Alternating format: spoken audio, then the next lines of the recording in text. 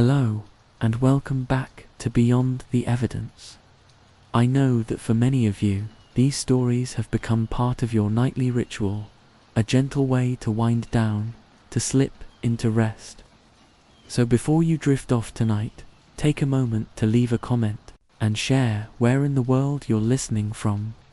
It's always a joy to know how far our stories reach, and if this case captures you, even as you relax, feel free to like and subscribe. Your support keeps the candle burning. Now, settle in, get warm, let the weight of the day fall away, and let's begin. Story 1. It was November 28th, 2020, just another quiet weekend in the peaceful neighborhood of Sunny Hills. But behind the golden sunlight and quiet streets, one woman's heart was gripped by worry. Her name was Mrs. Wu. Her friend, a woman named Mizing Zhong, known to many as Elizabeth, had been troubled lately. For weeks, she had shared her burdens with Mrs. Wu: financial stress, business losses, a deepening sense of despair. The company she had built so carefully was nearing bankruptcy, and with it, her spirit seemed to be unraveling. That day, the two had plans to meet, but time passed, and no word came. Calls went unanswered. The silence wasn't just strange, it was uncharacteristic. Worry gnawed at Mrs. Wu's chest. Unable to shake the feeling, she drove to Elizabeth's mansion, tucked away in the quiet corners of Sunny Hills. The home, usually welcoming and full of light, stood cold and still. No one answered the door. After ringing again and again with no reply, Mrs. Wu used a spare key to enter. Inside, silence echoed. Room by room, she searched, calling out, and then, in the bedroom, a chilling sight: blood, and something else. The security cameras had been turned off, disabled. Her concern became terror. Mrs. Wu called the police. They arrived quickly and began their investigation. One of the first things they noticed: every single security camera had been tampered with, intentionally.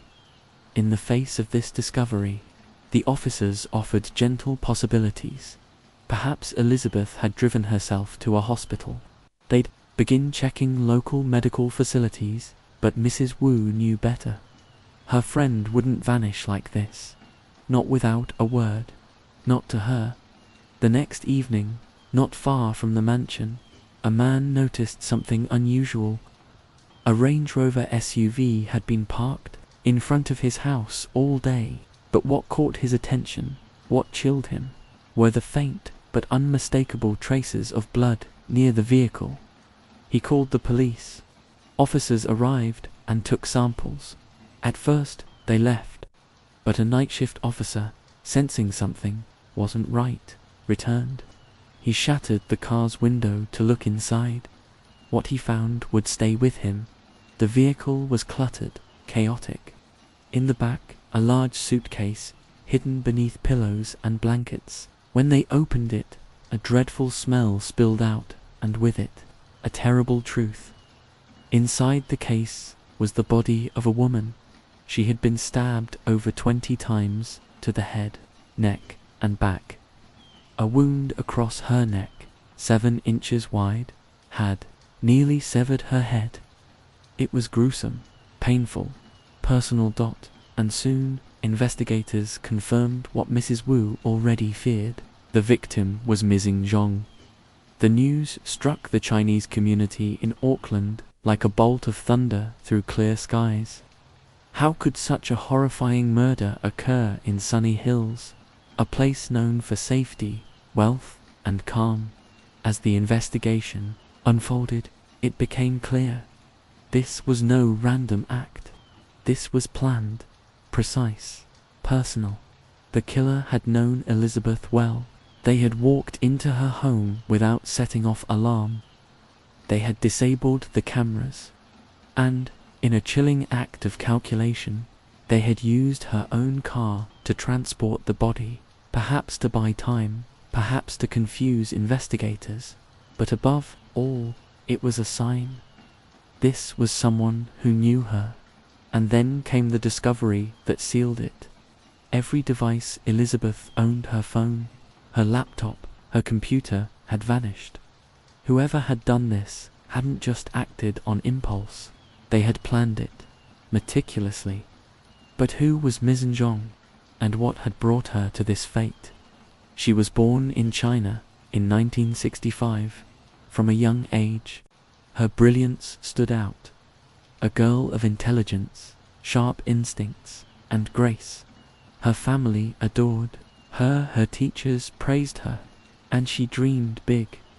She studied English passionately, almost as if she already knew her future would unfold far from home. After university, she began her career at the Shenzhen Stock Exchange, a place of numbers, deals, and destiny. It was there that she met Mr. Fu, a man who would become both her partner in business and in life. He was captivated by her intelligence and presence. Their courtship was swift. Soon, they were married. They had a daughter, a family, a life that seemed golden. During the era of China's economic awakening, the couple found great success in stock trading. By 1997, they had built a fortune and began to look abroad. They considered Canada, Australia, but ultimately chose New Zealand. Auckland welcomed them. Elizabeth thrived. Within just 3 years, she had launched a business college that opened its doors to more than 100 students. It was a remarkable achievement, but not surprising to those who knew her. She was bold, driven, and persuasive.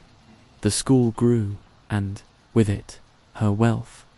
But success is never without its shadows. Disputes began. The school eventually closed. Still, Elizabeth didn't falter. She pivoted. She took a senior role in a large corporation where she stayed for nearly a decade, rising again and then another turn. In 2010, she moved into immigration consulting, bridging the gap between Chinese investors and New Zealand opportunities. She flew back and forth, country to country, building wealth once more. Then, in 2013, at a seminar, she met a man named Fong Sun, an entrepreneur, 8 years younger. They discovered something surprising. They came from the same hometown. That simple detail sparked a connection. Fong Sun, based in China, had been planning to move his family overseas. After meeting Elizabeth, he began visiting New Zealand frequently, on the surface, for business. But slowly, something deeper bloomed. What began as friendship and collaboration blurred to outsiders, even to their spouses. It all seemed professional. By 2014, Fong Sun had moved his wife and children to New Zealand. They even stayed in Elizabeth's mansion for a time.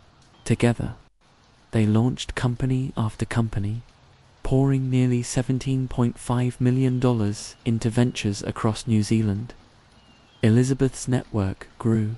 She dined with government leaders, traveled to China to attract investors. The businesses flourished.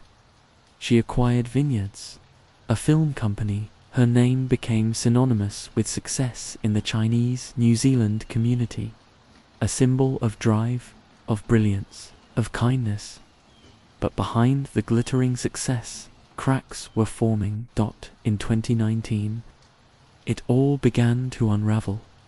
Her marriage to Mr. Fu ended, not quietly, but with accusation. He suspected something more than business between Elizabeth and Fong Sun. He even involved the police, demanding DNA testing on the very bed they once shared. Elizabeth responded swiftly, filing complaints of harassment and trespassing. Eventually, Mr. Fu served prison time. When he was released, they finalized the divorce. To the world, it looked like a tragic love story. But in private, even darker shifts were underway. Because Elizabeth and Fong Sun, the business partners, were also unraveling. In 2019, Elizabeth began selling off her assets. She resigned from leadership roles. The company Sunbow was collapsing under debt. At the heart of the chaos was a bitter falling out. Fong Sun blamed her, accused her of mismanagement, of losing everything, and then he struck. He sued her, demanding control of Sunbow, and claiming she had caused losses of $14 million. He even accused her of embezzling $2.8 million. Elizabeth denied it. She said the money she took out had gone into covering company expenses from her own pocket. She claimed Sunbow owed her millions, not the other way around. The court investigated. Assets were frozen.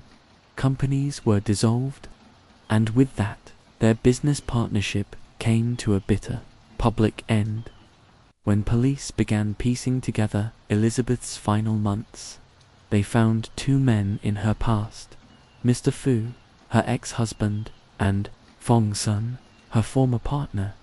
But Mr. Fu had remarried. He had an alibi.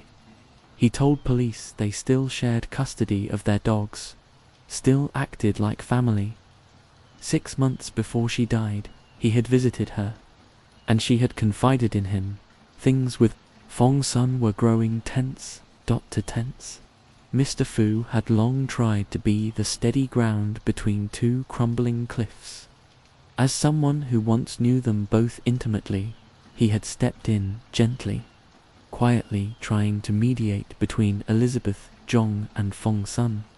But in the shadows of that effort, something darker surfaced. He shared with investigators that in a private conversation, Fong Sun had once made a chilling remark. If Elizabeth didn't return the money she owed him, he wouldn't stop with her. He'd come for her family, including Mr. Fu. The police, already watching closely, turned their focus fully toward Fong Sun, a man 8 years younger than Elizabeth, but entangled in every corner of her life. When questioned, Fong Sun did not deny the conflict. He confessed to harboring deep hatred toward Elizabeth, the result, he said, of devastating financial losses. But he insisted that killing her would accomplish nothing. His money would still be gone. He claimed she had also been romantically involved with another man, someone younger, who had fallen into debt with her as well. That man was Kai W. Zhang. Elizabeth had not remained single for long after her separation from Fong Sun. At a Chinese community event, she met Kai, a recent immigrant to New Zealand. Young and handsome, with a shared love for cinema, they connected quickly, and within 6 months, they were a couple, together. They launched a film company called Passion Picture Group, with Elizabeth contributing the seed money, $28,000, during a trip to China.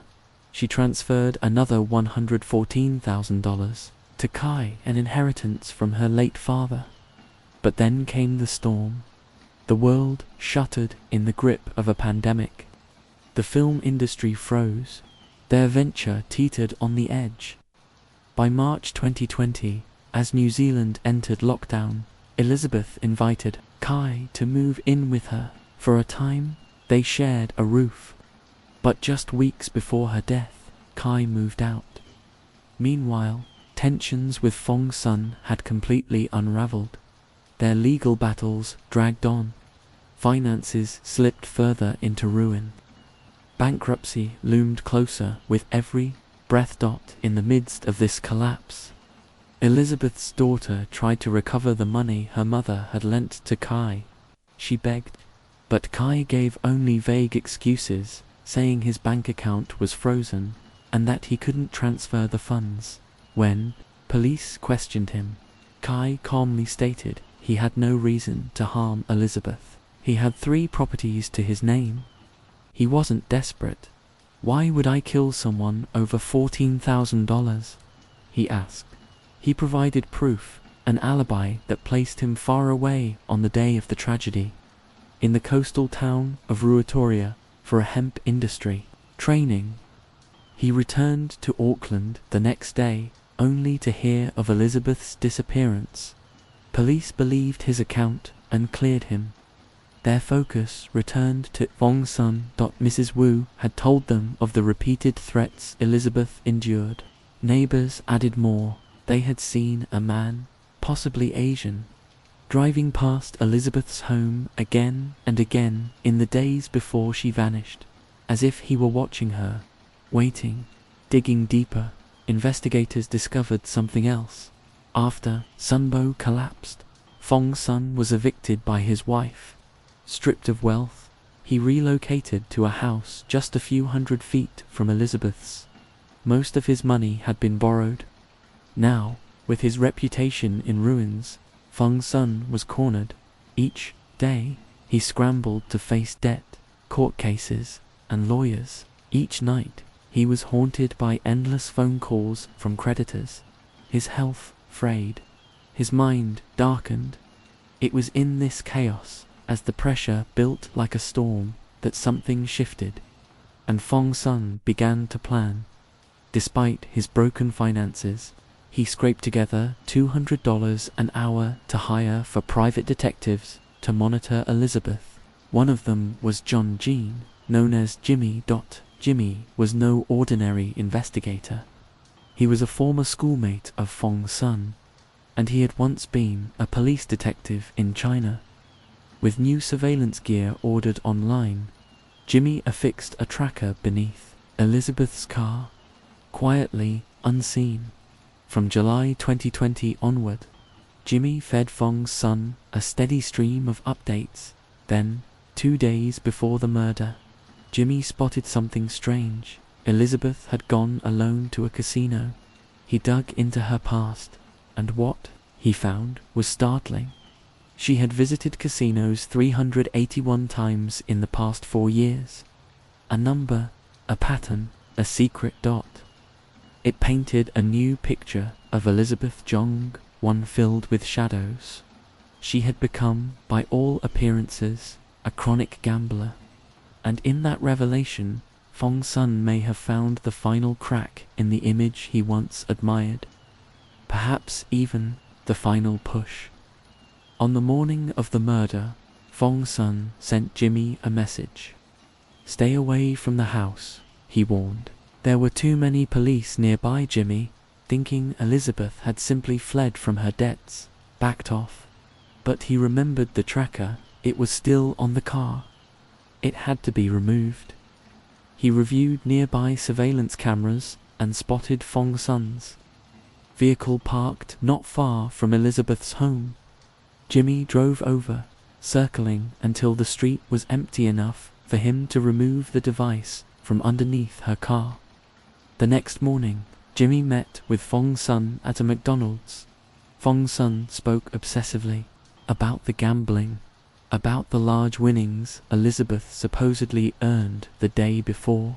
Then, urgently, he asked Jimmy to erase all data from the tracking device. Jimmy refused. That decision would later protect him, because hours later, the news broke. Elizabeth was gone, found, murdered. Jimmy immediately suspected the truth. Police searched Fong Sun's home.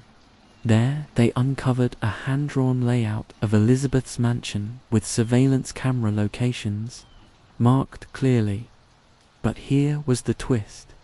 12 fingerprints were found on the diagram. None of them belonged to Fong Sun. Investigators turned to street footage, scanning the hours of darkness surrounding the crime. At 3:38 a.m., a figure was seen near Elizabeth's property.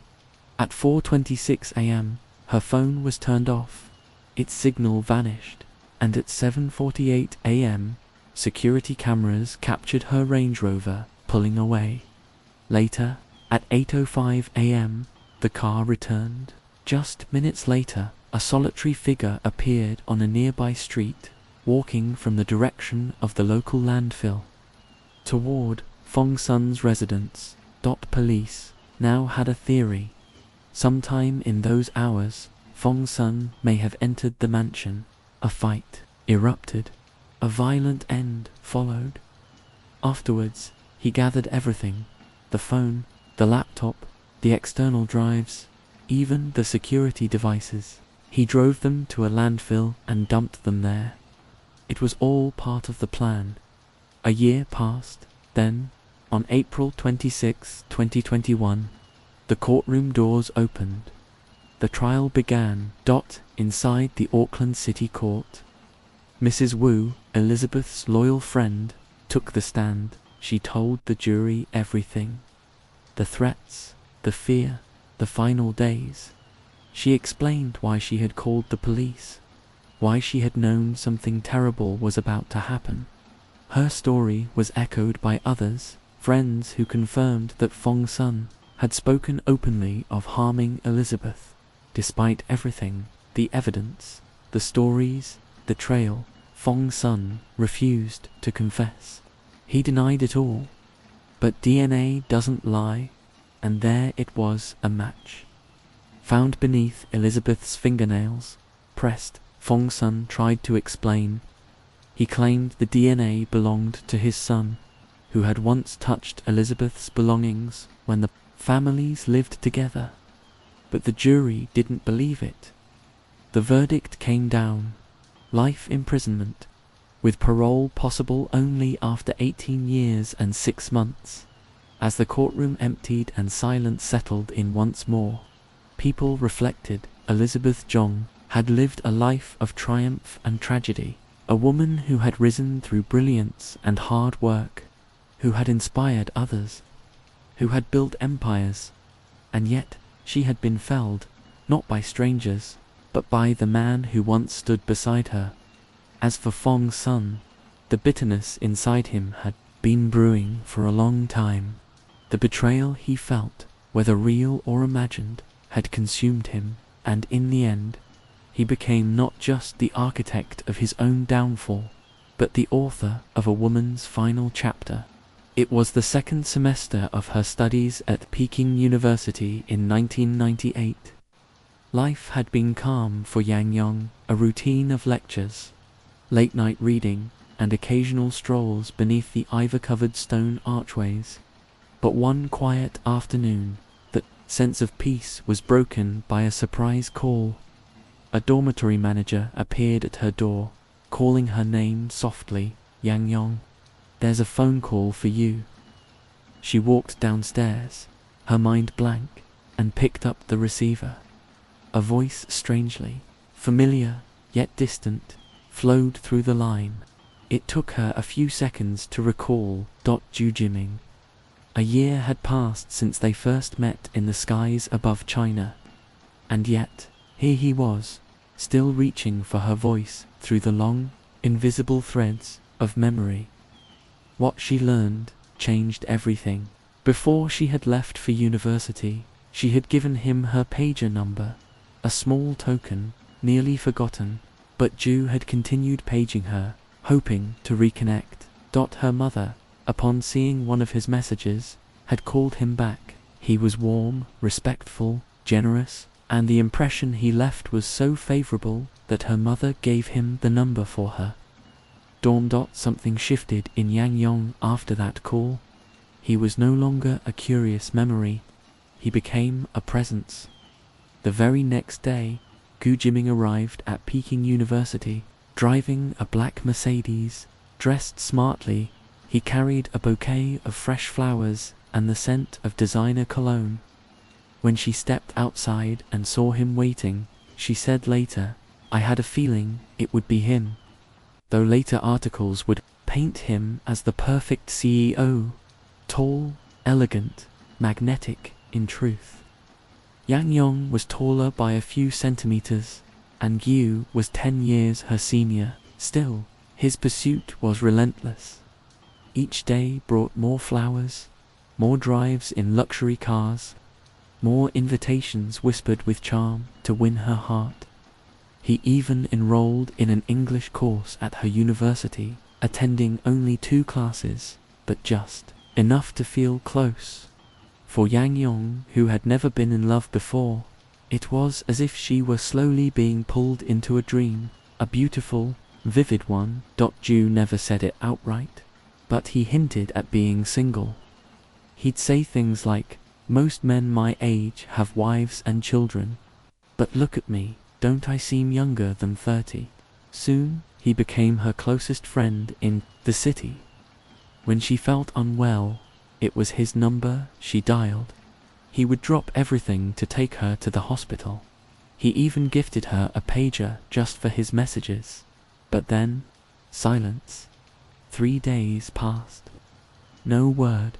She felt lost, pacing the room, checking the pager again and again. That's when she realized she had fallen in love. Gu, who had experienced many relationships, understood women's hearts well. He had captured hers completely. On her birthday, he took her to a 5-star hotel in Beijing.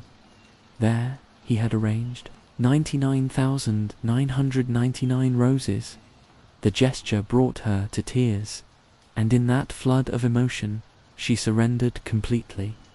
From that night forward, they were officially a couple.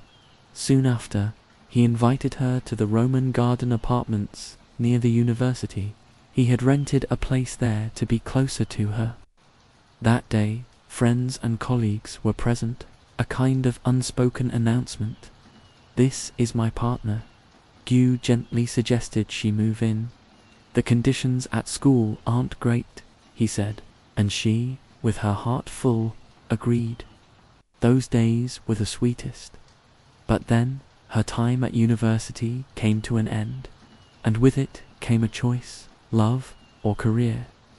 Ju urged her to stay in Beijing. Eventually, she gave up her airline job and her chance to go abroad with her mother, who had remarried and planned to move to Canada. She refused, for him, again and again. But love, once bright and tender, began to cast shadows. He would take calls at home in a dialect she didn't understand. But certain words, child, business, trip, stood out. He would avoid her gaze sometimes, and though he always spoke in front of her, she began to suspect. She asked the housekeeper, a woman from his hometown, but received only vague replies. "Gu is a good man. You should trust him."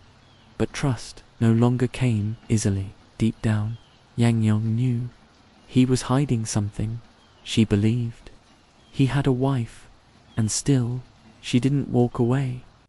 He was her first love. She needed answers. When she confronted him, Ju wept, full of emotion. He confessed. He and his wife had long grown apart. They had a child, and he hadn't had the courage to end the marriage.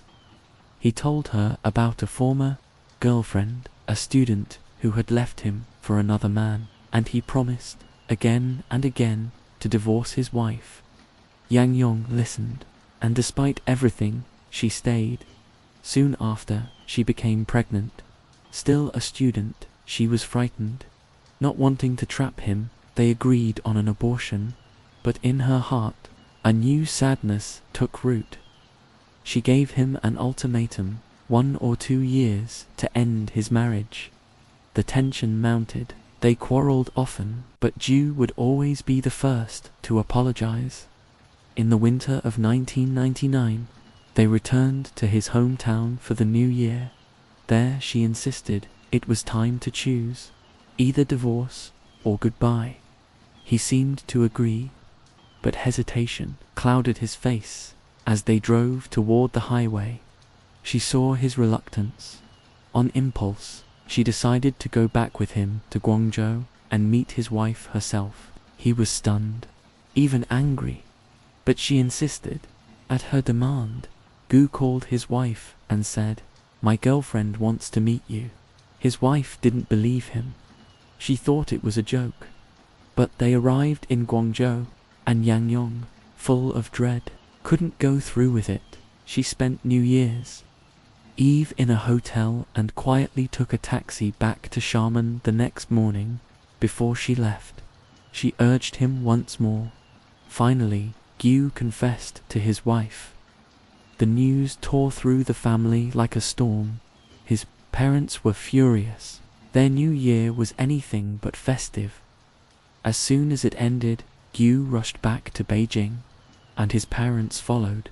They stayed in the couple's apartment under the pretense of needing medical care, but it was clear they had come to see the woman who had shattered their son's home. His mother disapproved. She didn't want a divorce. Then came an incident that widened the divide. Ji-Yu's Rolex vanished. His parents blamed Yang Yong. Even Ji-Yu began to suspect. The air between them grew cold. Weeks passed. The hurt remained. By the latter half of 1999, Young began to dream of leaving, of starting over.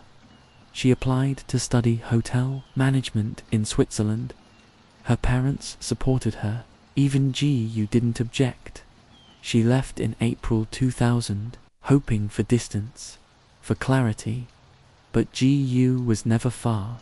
His calls came constantly. If she turned off her phone, he would call every hotel room, floor by floor, until he found her. In the first month alone, his phone bill exceeded $4,500. During holidays, he begged her to return. While classmates traveled, she flew back to Beijing for him. But with each return, she felt more hollow. She saw sides of him she couldn't bear. His business partners treated infidelity casually. He often entertained clients at karaoke bars. Once, arriving unannounced, she found him too close to hostesses. In rage, she threw her bag at him. He was humiliated, and on the drive home, he struck her a brick. 3 stitches. Later, he tried to explain, said he bought a house under his wife's name because of paperwork, citizenship, bureaucracy, but to her, it was betrayal. She realized something terrible, that no matter how affectionate they were when she visited, he always returned to his wife when she left. She couldn't take it anymore. After one visit, she delayed her return flight and quietly traveled to Guangzhou. She had learned his wife was applying for a Hong Kong ID, posing as an official. She called the wife and told her a health exam was needed. Then she arrived in person, carrying mercury, drawn from 10 thermometers. She mixed it into water and coaxed the woman to drink. Then she handed her a pregnancy test, demanding she hold it in her mouth. There was no reaction, so she gave her the rest and fled. Back to Switzerland, Ji-Yu's wife sensed something was wrong and contacted her husband. He guessed the truth instantly. She rushed to the hospital and survived, thanks to swift treatment. Gu begged her not to report it. But from that day on, his connection with Yang Yong began to dissolve. He avoided her. She drifted, bitter and lost. She made plans to move to Canada in April 2001. She returned to China to apply for a visa, though Guzo still helped with the process. They no longer lived together. Now, she stayed alone in a small rented apartment. It was a quiet night on June 27th, just around midnight. The city lay under a veil of stillness as soft moonlight washed over rooftops and the hush of the sleeping world settled in. At that hour, Yang Gongyong found herself standing before a familiar door, one she had visited many times before. She knew the routine well. Ju Jiming, often out late entertaining clients, would return precisely at midnight. Right on time, the front door creaked open. Jiming stepped inside, tired from the day. His eyes met hers with surprise. "Why are you here?" he asked, his voice cool and distant. Yong answered gently, "I just wanted to see you. There's something I need to say." But he only sighed, reminding her that he had work in the morning, and told her to go home. She didn't move. After a brief hesitation, Jiming opened the door wider and let her in. He said nothing more, walking past her into the bathroom. As she waited, Yong heard the muffled sounds of a phone conversation. It was a woman's voice on the other end. Her heart grew heavy. A silence lingered in the room like thick fog. When Jimming returned, she tried to mask her hurt with bravado, saying she had a new boyfriend, 2 words chosen not to share, but to sting. In that moment of tension and pride, they shared one last, complicated night together. Later, while Jimming slept, Yong lay awake. Her mind drifted like clouds over the memories of their time together, both tender and painful. Those years moved slowly behind her eyes, like a faded film reel under the stars. Still restless, she remembered the call Jimming had made. Quietly, she reached for his phone to see what it might reveal. Perhaps the rustling woke him. Startled, he reacted with sudden anger. A scuffle broke the stillness, his voice raised, hands striking, scolding. In that storm of emotion, he grabbed a kitchen knife. They struggled, clumsy, breathless, confused. In a split second, Yong's hand moved, and the blade pierced his side. Silence fell. They froze, stunned, staring at each other in disbelief. Jimming cried out, stumbling, reaching once more for the weapon. In the chaos that followed, Yong acted again and again and again. When it was over, both were still. The house returned to silence. A hush spread through the dim-lit room as Yong pulled his body toward the bathroom, her breath shallow, her limbs trembling. She began to clean, washing blood from the bedding, from the curtains, from the air itself. She placed what she could: towels, the knife into dark garbage bags, and quietly drove through the sleeping streets to discard them. She returned soon after to collect a suitcase from her apartment, but it wasn't large enough. So once more, she stepped back into the night, looking for one that was. But when she returned, something had changed. The housekeeper's voice echoed faintly, calling the authorities. And so, Yong vanished into the shadows once more. Later, that night, she tended to a wound on her hand at a local hospital and found a new place to stay. For a while, there was only quiet. But time moved on, as it always does. On October 8th, while applying for a visa at the Canadian Embassy, Yong was quietly identified and taken into custody. Among her possessions were Jimming's mobile phone, his watch, and his car keys. She had taken his Audi as well. She was soon charged with both murder and theft at her first trial. Held on September 9, 2002, the court handed down the most severe sentence: death. But Yong appealed, believing that the judgment did not reflect the full truth. A year later, on August 8, 2003, the higher court reconsidered. They looked at everything: how Jimming had deceived her, how entangled and painful their story had become. Her sentence was changed to a suspended death penalty. Looking back, their years together were not peaceful. They were a winding path of conflict, passion, longing, and disappointment. Yong believed she was reaching for a happiness that should have been hers. But in the end, that happiness had never belonged to her. The case of Yang Gongyong and Gu Jiming is one of love lost in darkness. A soft tragedy about the high cost of betrayal and the depths people can fall when love turns blind. With so much promise in her life, Yong let it all slip away. And Jimming, too, bore the weight of his choices that ended in silence. A story not of monsters, but of hearts misled, drifting apart under the same pale moon. Once the identity of the victim had been confirmed, a new chapter of quiet inquiry began.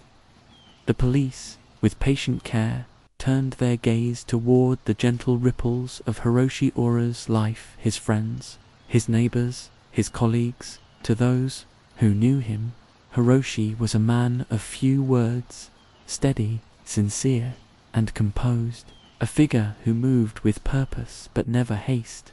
His presence was like the soft ticking of a clock in a quiet room. No enemies, no drama, just a life lived quietly in the margins. As investigators wandered through the softly glowing alleyways of Susukino, they visited the neighborhood shops and nightclubs Hiroshi once frequented. At first, his name stirred no memory, but when shown his photograph, people suddenly remembered. The man who wore makeup, the figure who slipped through nightlife shadows in feminine clothes, blending into the kaleidoscope of music, color, and cigarette smoke. One woman, seated calmly in a bar lit by violet lights, shared a small piece of the puzzle. At Bani Club, she explained, the cover charge differed for men and women, and so, to enjoy the lighter fare, some men dressed as women, Hiroshi among them. In that twilight world, it was not unusual. He moved gracefully in heels, spoke with a gentle lilt, and many assumed he was a woman. Yet, behind the eyeliner and elegant skirts, Hiroshi was a man who flirted with women openly. Some found him charming, others less so. There were whispered stories of lines crossed, of touches too bold, of one woman he tricked into a hotel room, though she never reported it. Words spread softly, like mist curling beneath closed doors. Warnings followed. At least 2 clubs quietly added his name to their internal watch lists. Among some of the women who walked those nightlife streets, there was discomfort, dislike. They formed quiet circles of caution, reminding one another to keep their distance, and so the question lingered like a soft hum beneath everything. Was Hiroshi Ura's death connected to the mysterious figure known only as a police? Poured once more over the footage from the hotel's surroundings. Rave frame studied like a frame from an old film. The suspect's stride was careful, their figure small, their movements fluid. It suggested, perhaps, that A was indeed a woman.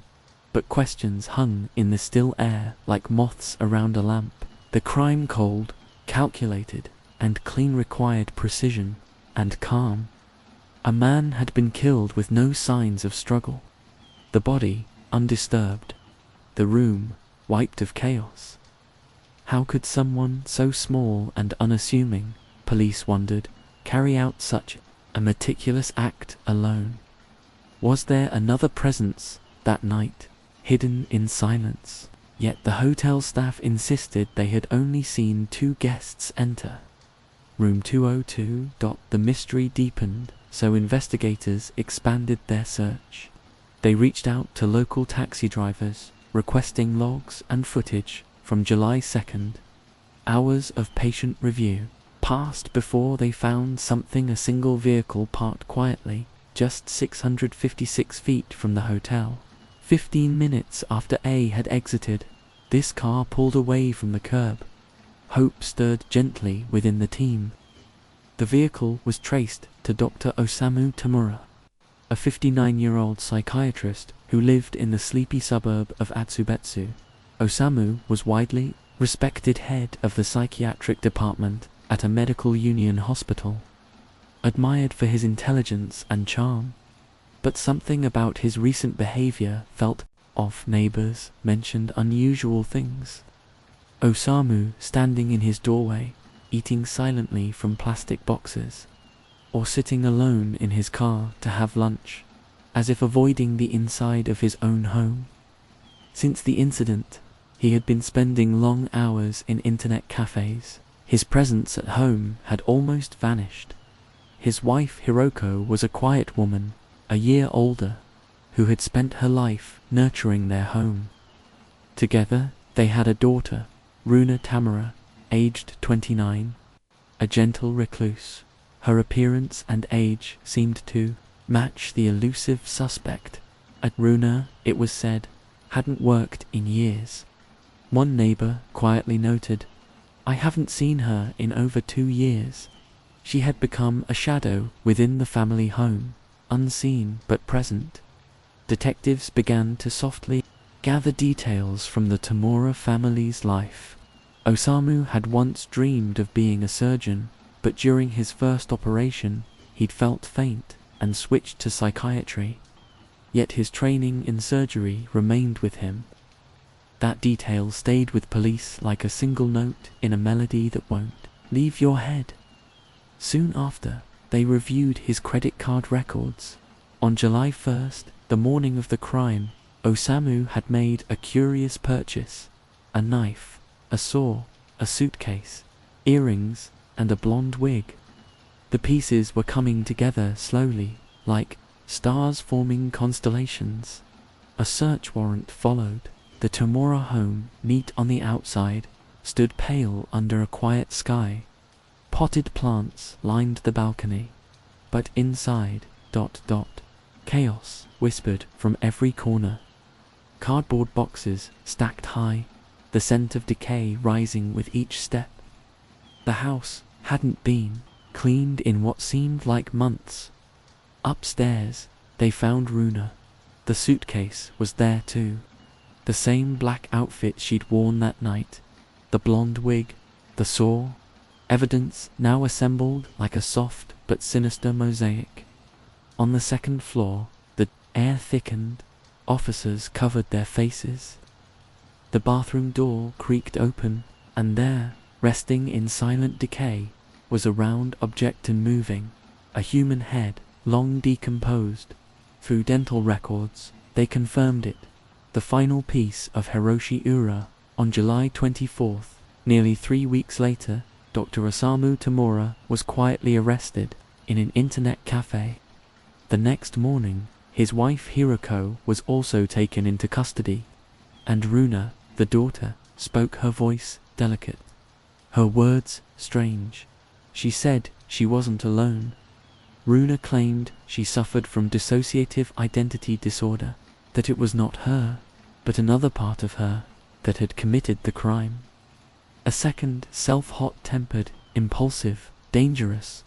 The girl they now questioned was not the one who had taken a life.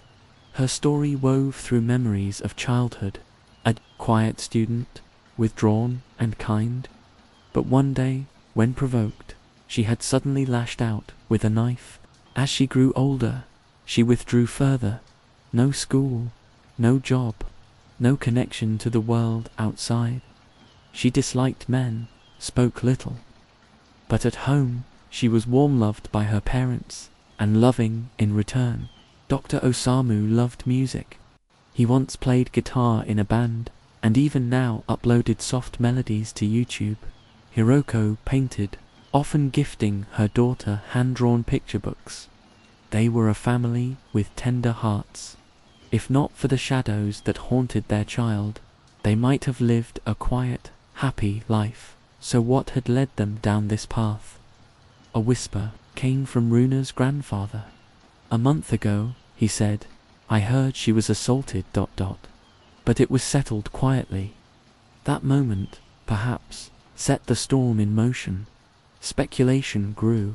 Online communities pieced together a tale that Hiroshi Ura had charmed Runa during a club visit. She, unguarded and shy, had not realized he was a man. He took her to a hotel. He assaulted her, perhaps even recorded her. Then came the blackmail, the shame, the helplessness. She told her parents. Osamu, enraged, confronted Hiroshi. A warning was given, but Hiroshi didn't stop. He returned again and again, his threats growing bolder. The Tamura family, trapped between fear and reputation, quietly planned a response. Early on July 1st, father and daughter visited a store buying all they would need. That evening, Runa, disguised, met Hiroshi one final time. Afterwards, she cleaned the room, changed her clothes, left with poise. Her father waited nearby, and together they vanished into the hush of the night. They hoped it would end there, but silence never stays. The smell from the bathroom worsened. News spread. The nation held its breath. Within days, the truth surfaced. The Tomoras had hoped to return to ordinary life, but life, once shattered, cannot return to its former stillness. The house grew quiet, again too quiet. Trash piled high, odors spread, and Dr. Osamu, no longer able to bear the weight of his secret, stopped returning home altogether. A case wrapped in soft tragedy. A family that once lived gently. A world that failed to protect a fragile girl. And a night that began with secrets under moonlight, only to end in silence, forever echoing through the quiet halls of justice. As the investigation deepened, quiet fears stirred within the Tomura household. Osamu's wife, Hiroko, began to feel a slow, creeping certainty that it was only a matter of time before everything unraveled. In the soft stillness of her worry, she placed a call to Runa's grandfather, sharing her unease in hushed tones. But even in the growing shadows, Hiroko chose to remain beside her husband and daughter. Bound by love, or perhaps fear, the family continued their unusual routines inside the increasingly peculiar quiet of their home. The air felt heavier, the days grew stranger. Still, they endured together beyond their walls. Online whispers swirled like autumn leaves in the wind. Why, people asked, did the family feel the need to decapitate Hiroshi Ura? Some believed it was a calculated decision to obscure his identity, slow the investigation, and buy themselves precious time. Others speculated the act was linked to the sensitive video said to exist, a recording that could destroy Runa's dignity. In that theory, removing Hiroshi's head may have been a desperate bid to use his face, through facial recognition, to access his phone and delete the evidence forever. Another whisper, stranger still, suggested that Osamu had entered the hotel inside the large suitcase. It was said that once inside the room, Runa quietly subdued Hiroshi perhaps with handcuffs, allowing her father to emerge from concealment and carry out the fatal act.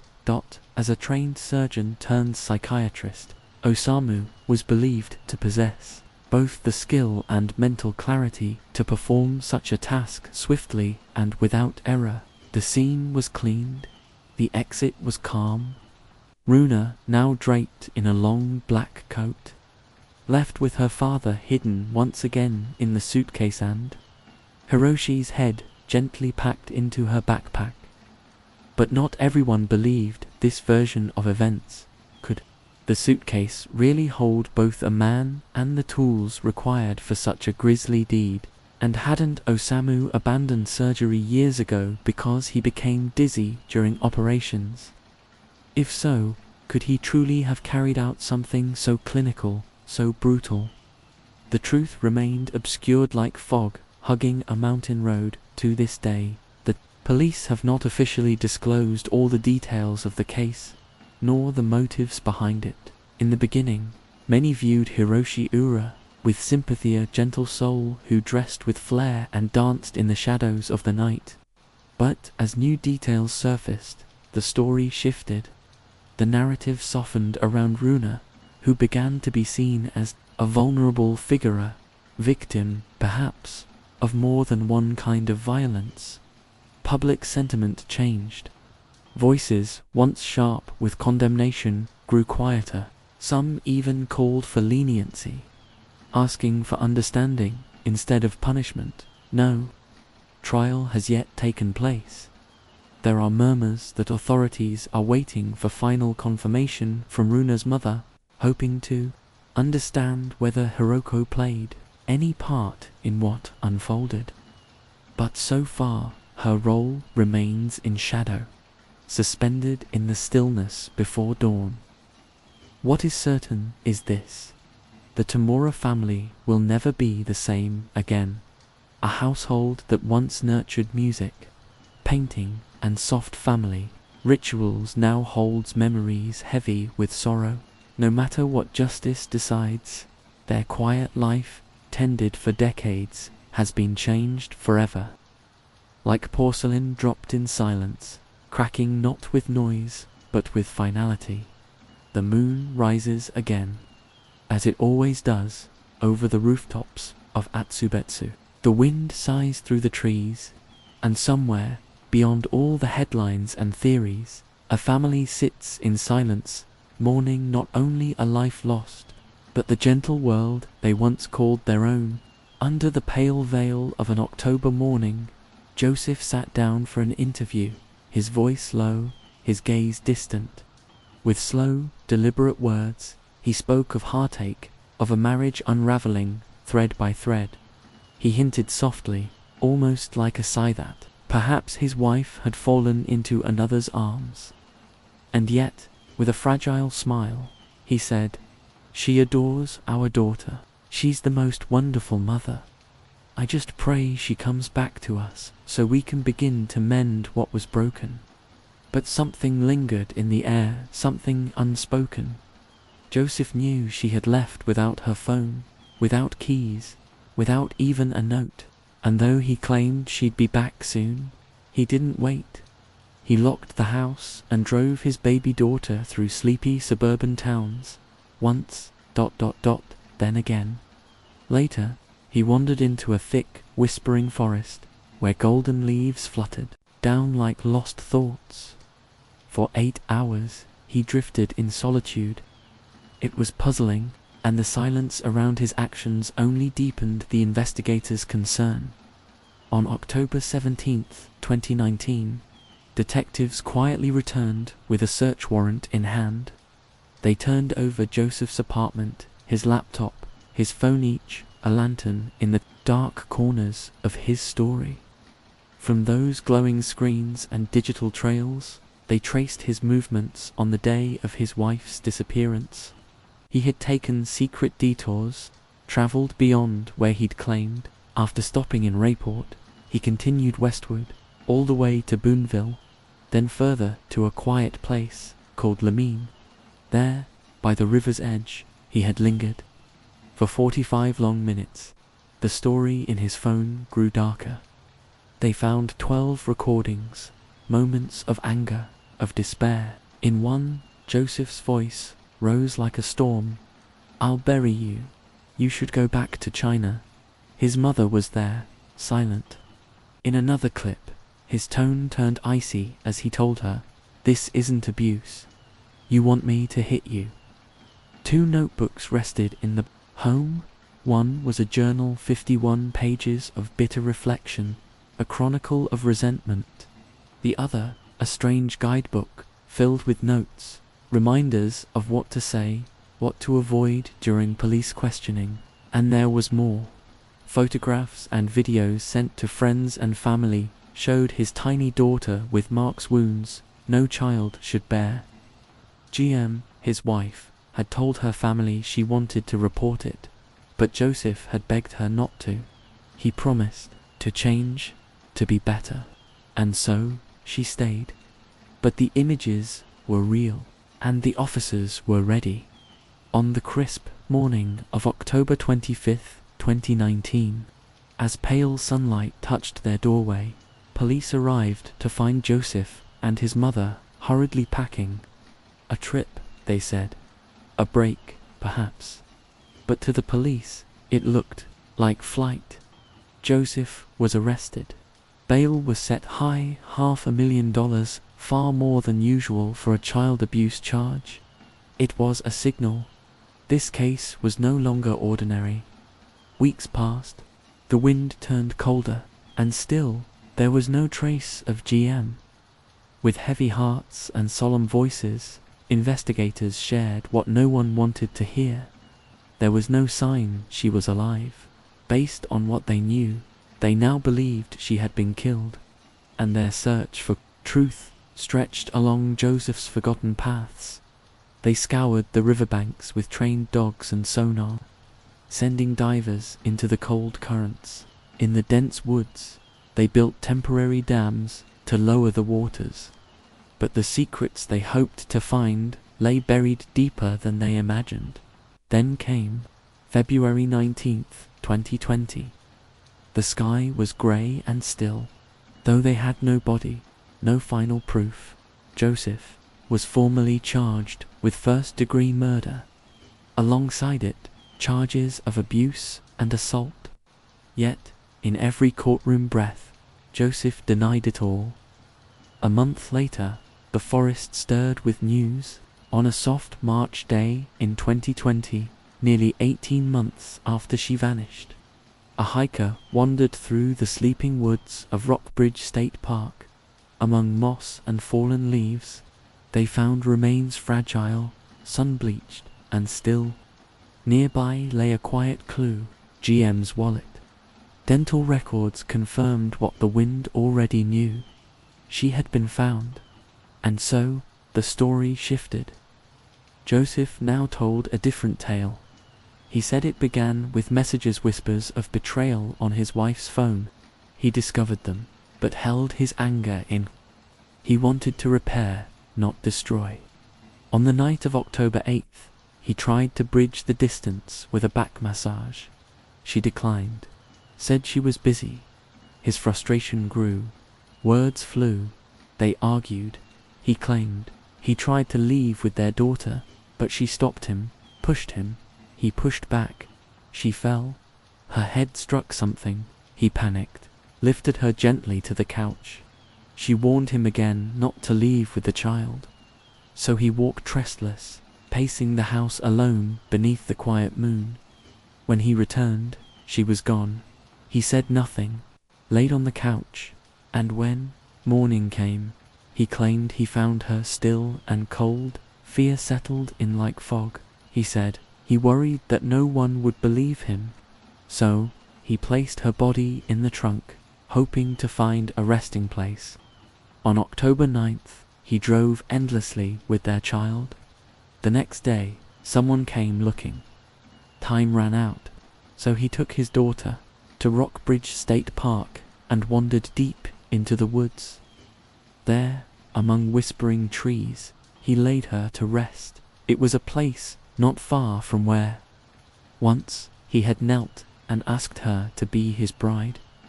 In October 2021, the courtroom lights glowed as Joseph stood trial. His lawyer painted it as an accident, a moment of anger, a tragic fall. But the prosecution pressed forward. They played the recordings, showed the hatred.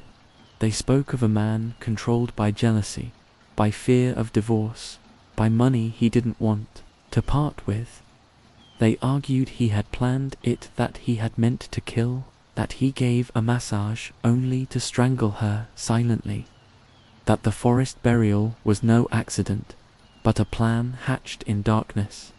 On November 11th, 2021, after long deliberation, the jury found Joseph guilty not of first-degree murder, but second. He would serve 28 years in prison. By December, his lawyers returned with fresh arguments. The recordings, they said, showed anger, but not murder. They challenged the use of his interrogation, pointed to the soil on his shoes as only circumstantial. Still, the court stood firm. On January 7th, 2022, a judge looked at Joseph not with hatred, but with solemn gravity. He spoke of Joseph's coldness, of the absence of remorse, and he ruled that the sentence would remain.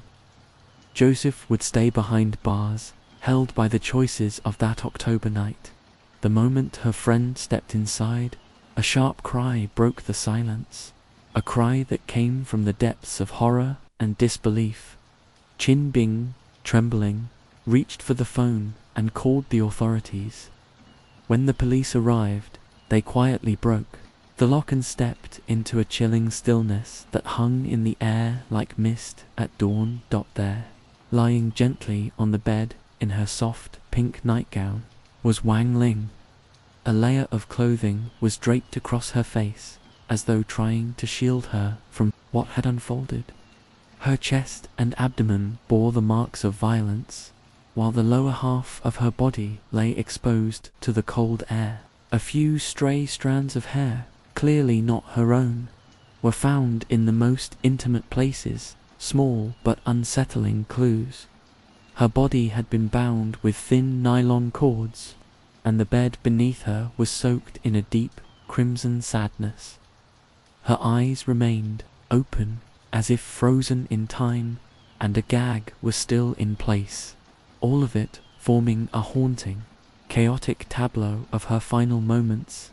Signs of a violent struggle were scattered across the floor. 2 distinct sets of shoe prints hinted at a desperate fight, one that raged before the quiet overcame everything.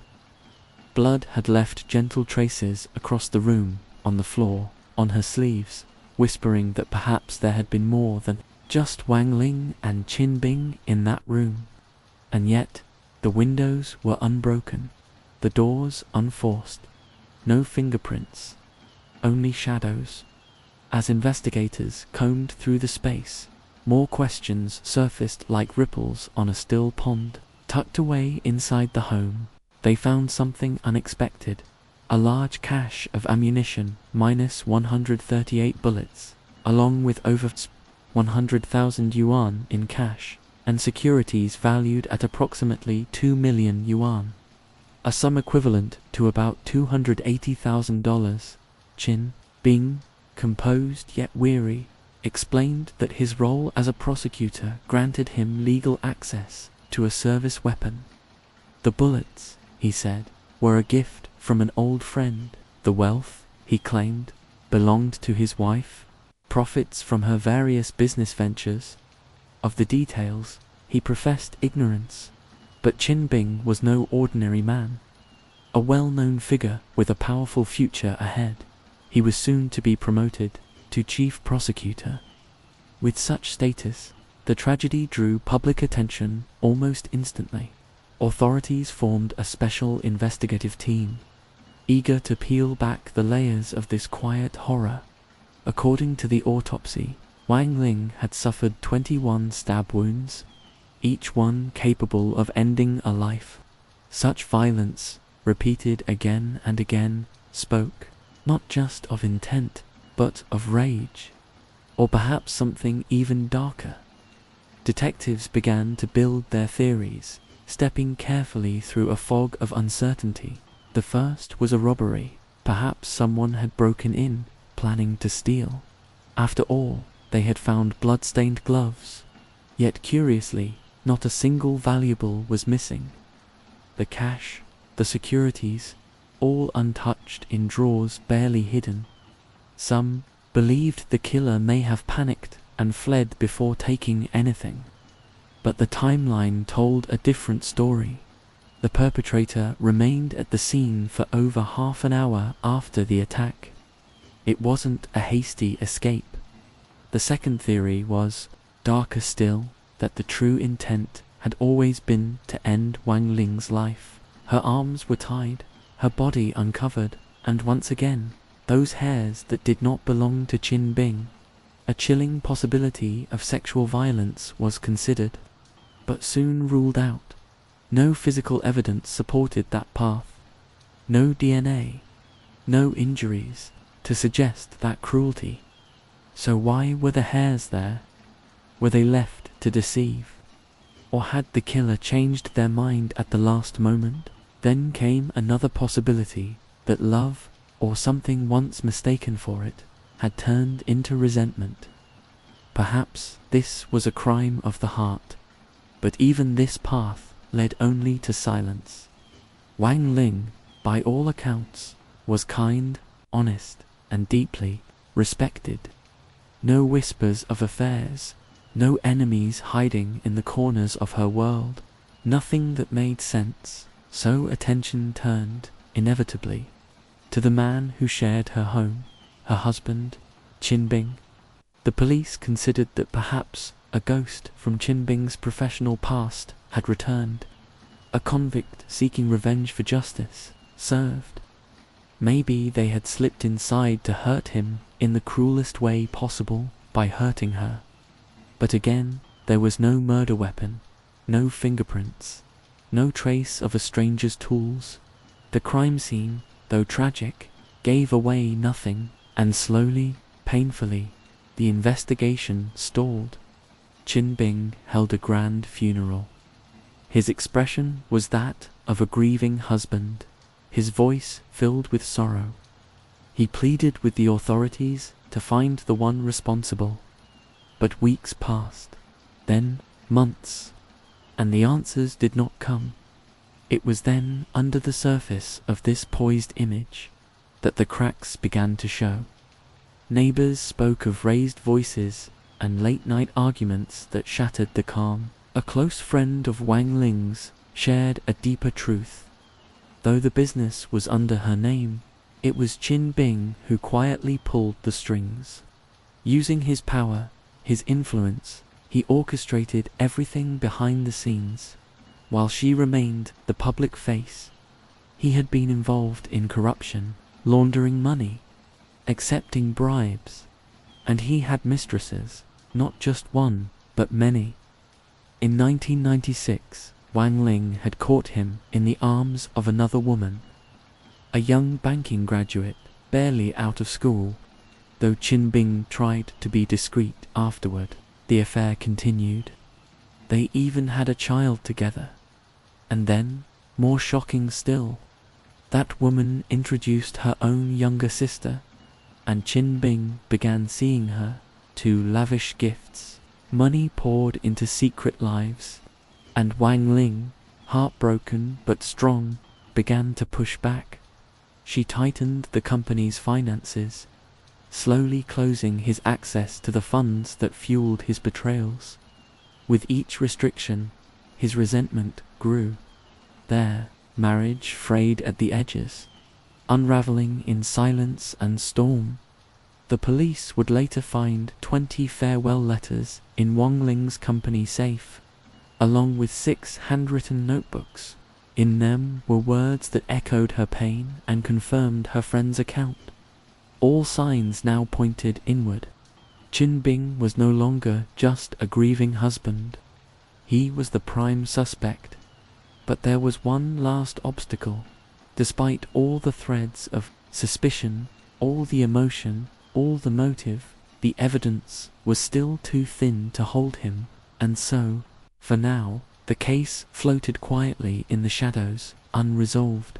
The investigators knew they couldn't afford to rush.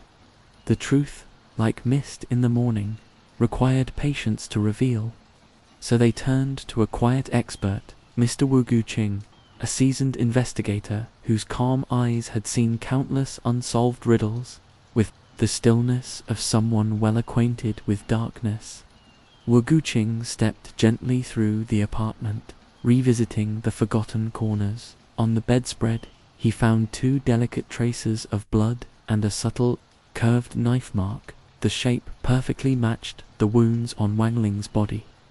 That small detail helped them understand the murder weapon's unique arc, its design both specific and telling.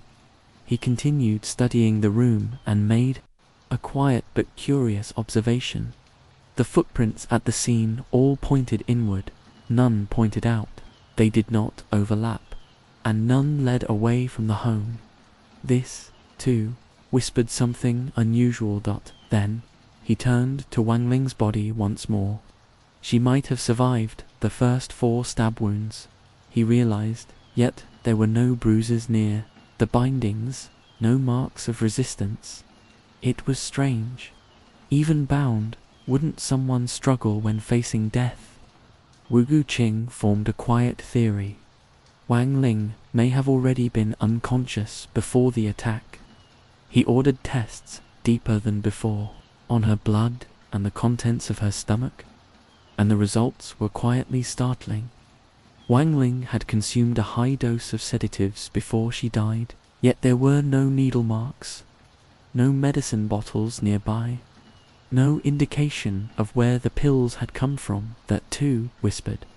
Perhaps, Wu Guqing thought, she hadn't taken them willingly at all. Then he circled back to Qin Bing's original statement, the claim that he left the house just after 7 a.m. But if Wong Ling had died earlier, perhaps that wasn't the truth. After 108 quiet days, police took Qinbing into custody on suspicion of involvement in his wife's death. Though interrogated many times, Qinbing held fast to silence. There was still no conclusive proof, but Mr. Wu Guqing and his team pressed on. A breakthrough came with the footprints. Forensic experts, in their quiet diligence, matched them, not just generally, but precisely, to a pair of Qinbing's shoes. At the same time, a closer look into Wong Ling's life confirmed she'd never had trouble sleeping, nor had she purchased any sedatives. So how had they ended up in her body? Bit by bit, the pieces gathered like dusk in a quiet sky. Only two people had been home that night. Then, a voice from the past, a classmate, remembered that Qinbing had once been gifted a uniquely curved knife.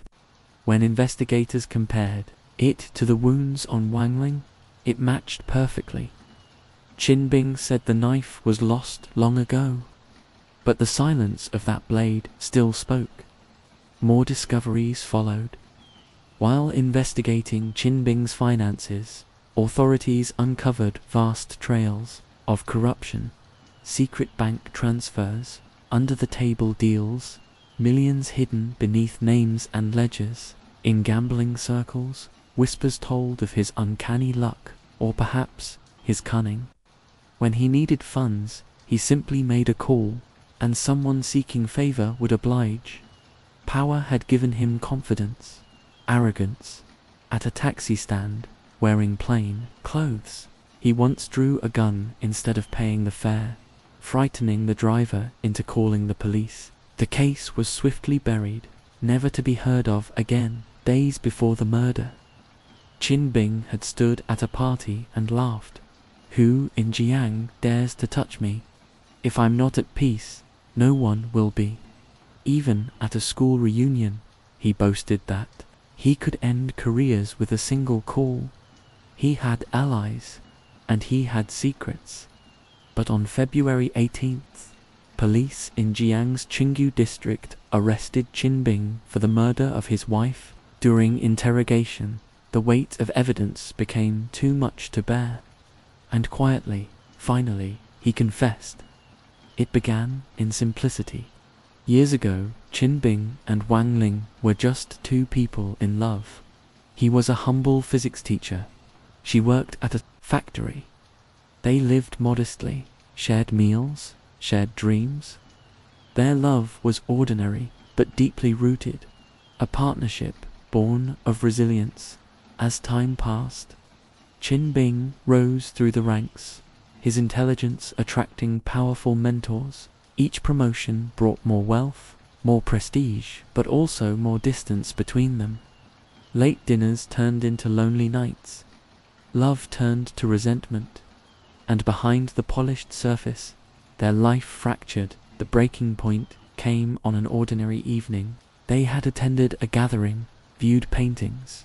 Qinbing, perhaps trying to impress, criticized a piece's value. Wong Ling, sharp with anger and pride, scolded him publicly. He felt humiliated. That night, the silence between them was deafening. At home, an argument erupted, fierce, cold, unrelenting. Wong Ling's words cut deep, and she eventually locked herself in the bathroom, alone, seething. Qinbing remembered the sleeping pills he had once bought during a trip to Shenzhen.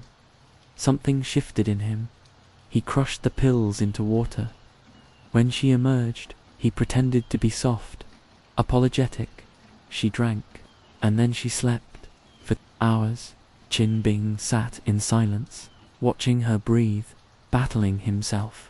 He thought of the secrets she kept, evidence that could ruin him. He thought of her threat to expose everything, and slowly the last of his restraint faded. Just before sunrise, he put on gloves, grabbed the rope, took the curved knife. He called her name one last time. She didn't respond. He tied her wrists. Then, trembling with rage, he struck once, twice. She made faint sounds, still drowsy. He gagged her, then stabbed again. On the fourth wound, she stopped breathing. Her eyes remained open. They would haunt him, desperate to cover his tracks. He carefully laid a cloth over her face and began staging the scene. Pillows tossed, drawers ransacked, fingerprints placed. Carefully, deliberately, he slipped on an unworn pair of shoes and created false footprints. He even placed strands of another man's hair, a grotesque detail meant to mislead. Finally, he packed everything, knife, gloves, rope, into a paper bag. At 6 a.m., while fog still draped the city, he walked to the Weihai Bridge. Without pause, he threw the bag into the river.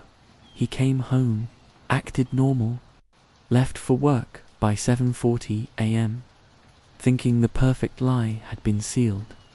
But the truth, like light, finds its way in. Public outrage followed. On November 22, 2004, the Jiang People's Procuratorate officially filed charges. Yet the trial was conducted behind closed doors. Qin Bing confessed again, then recanted, claimed torture, claimed innocence, brought in high-paid lawyers, accused police of brutality. He said he had been taken to an old interrogation room, that a female officer had witnessed his mistreatment, that she had vanished. But investigators denied it all. The facility was legal, the confession voluntary. Medical records showed no injuries, no evidence of coercion. Still, the doubts lingered. His brother said Qin Bing didn't even have the heart to kill a chicken. His lawyers argued there was no clear motive, that the evidence was incomplete. No weapon recovered, no gloves, no shoes, no sedative cup. Why, they asked, would he risk everything just before a promotion? But, in the end, the court ruled. On April 5, 2004, Qin Bing finally gave a full confession again, describing every detail. Days later, the Supreme Court issued the death sentence. A call to stop the execution came too late. Qin Bing had already been executed by gunfire. His body was never returned. It was cremated without ceremony. The questions linger still. Was justice truly served? Or did secrets die with him? Only Qin Bing knew the full truth. And now, that truth is lost to the silence. As the rain falls gently and the night folds around you, thank you for being here, for listening so quietly to another whispered mystery. If this story helped you drift a little deeper into the night, feel free to subscribe, share, or simply return when sleep feels far away. Until then, stay curious, stay safe, and may the quiet watch over you.